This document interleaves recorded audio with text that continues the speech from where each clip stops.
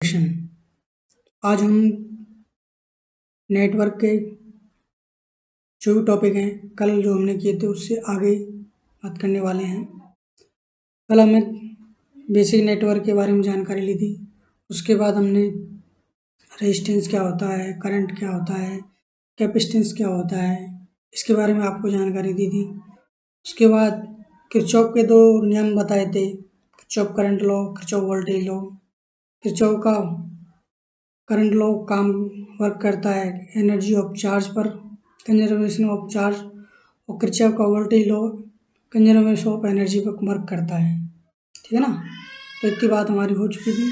अब इससे आगे हम बात करने वाले हैं। ठीक है ना। तो आज हम बात करने वाले हैं आर इक्विवेलेंट रेजिस्टेंस का। मतलब देखो, रेजिस्टेंस दो टाइप से ऐड कर सकते हैं, एक तो सीरीज होते हैं, एक पैरेलल होते हैं।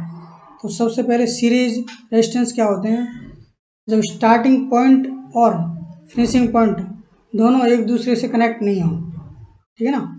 स्टार्टिंग पॉइंट और फिनिशिंग पॉइंट ये दोनों सीरीज में होते हैं। रेजिस्टेंस स्टार्टिंग और फिनिशिंग पॉइंट कभी एक दूसरे से सीधे कनेक्ट नहीं होते। तो इसमें जो R1 R2 दोनों रेजिस्टेंसेस का इक्विवेलेंट रेजिस्टेंस निकालना है तो R1 प्लस R2 होता है। इसका एक एग्जांपल हम आपको यहाँ पे दिखाते हैं। दो रेजिस्टेंस हैं, एक 5 ओम का है, 2 ओम का है। ये नोड ए है, ये बी है। तो R इक्विवेलेंट क्या होगा, 5 प्लस 2 बराबर 7 ओम हो जाएगा। ठीक है ना। तो ये तो सीरीज में रेजिस्टेंस ऐड होते हैं। ठीक है ना, सीरीज में सिंपल ऐड होते हैं। ऐसे और कोई एग्जांपल ले सकते हैं हम।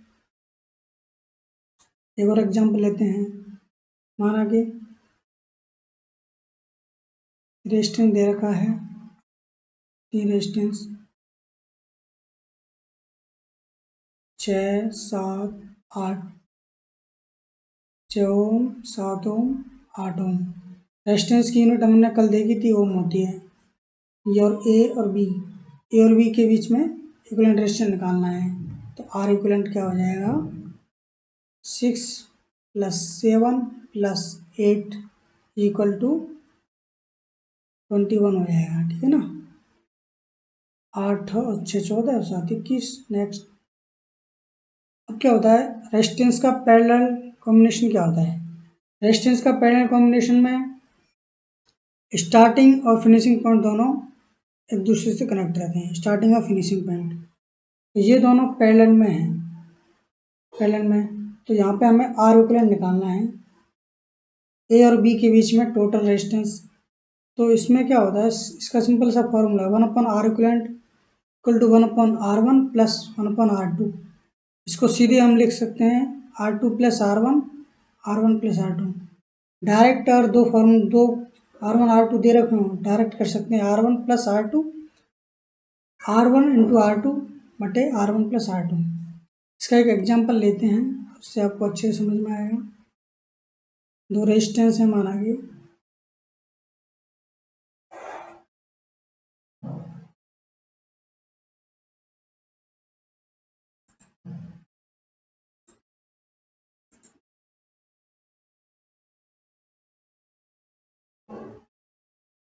ये दो रेजिस्टेंस है R1, इसकी वैल्यू है 10 ओम, इसकी वैल्यू है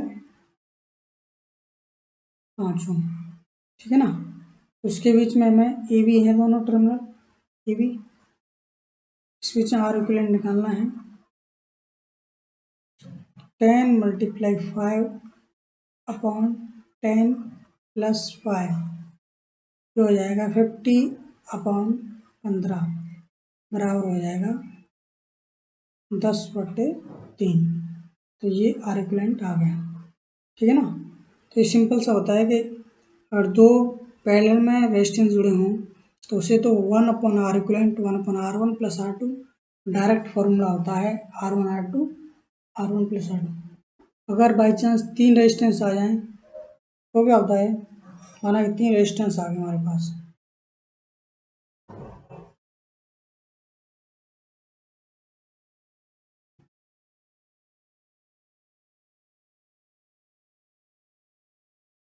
ये है, ये है, तो वही सेम ही फॉर्मूला रहेगा, 1/R बराबर 1/R1 R2 R3, 1/R1 plus 1/R2 plus 1/R3। इसको सॉल्व कर लेंगे तो सिंपल आ जाएगा, ठीक है ना। इसका एक एग्जांपल ले लेते हैं, डायरेक्ट भी कर सकते हैं हम इसको, तो ये फॉर्मूले से हो जाता है। अब वोल्टेज डिवाइडर निकालते हैं। वोल्टेज डिवाइडर क्या होता है कि मानो कि वोल्टेज सोर्स है हमारे पास, उस वोल्टेज सोर्स को दो रेजिस्टेंस में डिवाइड करना है, तो वो वोल्टेज कैसे डिवाइड होता है, तो वोल्टेज सोर्स रेजिस्टेंस में सीधे डिवाइड होता है कि अगर R1 में जाएगा तो V1 बराबर R1 V1 upon R1 plus R2 आ जाएगा।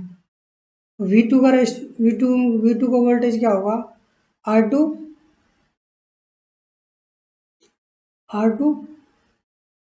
R2 multiply V upon R1 plus R2।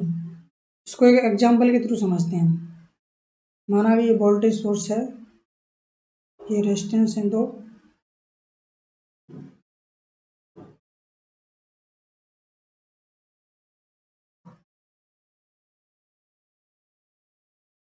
ये वोल्टेज सोर्स है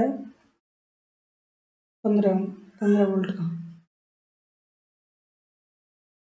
ये रेजिस्टेंस है R1 5 ओम का, ये है 10 ओम का। तो हमें यहाँ पर V1 प्लस V2 निकालना है, तो सिंपल फॉर्मूला पुट कर दो, V1 बराबर 5 के उसमें 5 मल्टीप्लाई 15 अपॉन 5 10 15, 15 से 15, तो ये आ जाएगा 5 वोल्ट। और V2 निकालना है कोई 10 मल्टीप्लाई 15 अपॉन 5 प्लस 10 15, 10 वोल्ट आएगा, ठीक है ना।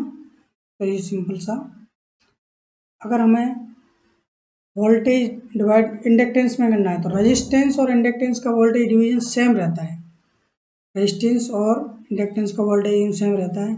जैसे रेजिस्टेंस में वोल्टेज डिवाइड होता है, सेम ही इंडक्टेंस में होता है। सिंपल है, इसका भी एक एग्जांपल ले लेते हैं। माना ये वोल्टेज सोर्स है,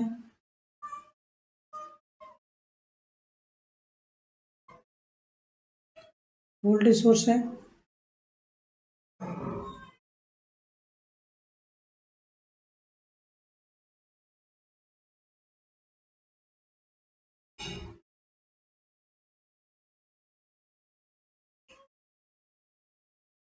दस वोल्ट का, ये इंडक्टेंस है 2 हेनरी का, ये है 4 हेनरी का, ठीक है ना। तो हमें अब इंडक्टेंस निकालना है, इसके अक्रॉस वोल्टेज निकालना है V1 और V2। सिंपल वही फॉर्मूला पुट कर दो, V1 निकालना है 2 मल्टीप्लाई 10 अपॉन 2 और 4 6, तो ये आ जाएगा 10/3। और V2 कितना आ जाएगा 4 मल्टीप्लाई 10 अपॉन 6, ये आ जाएगा 20/3, ठीक है ना।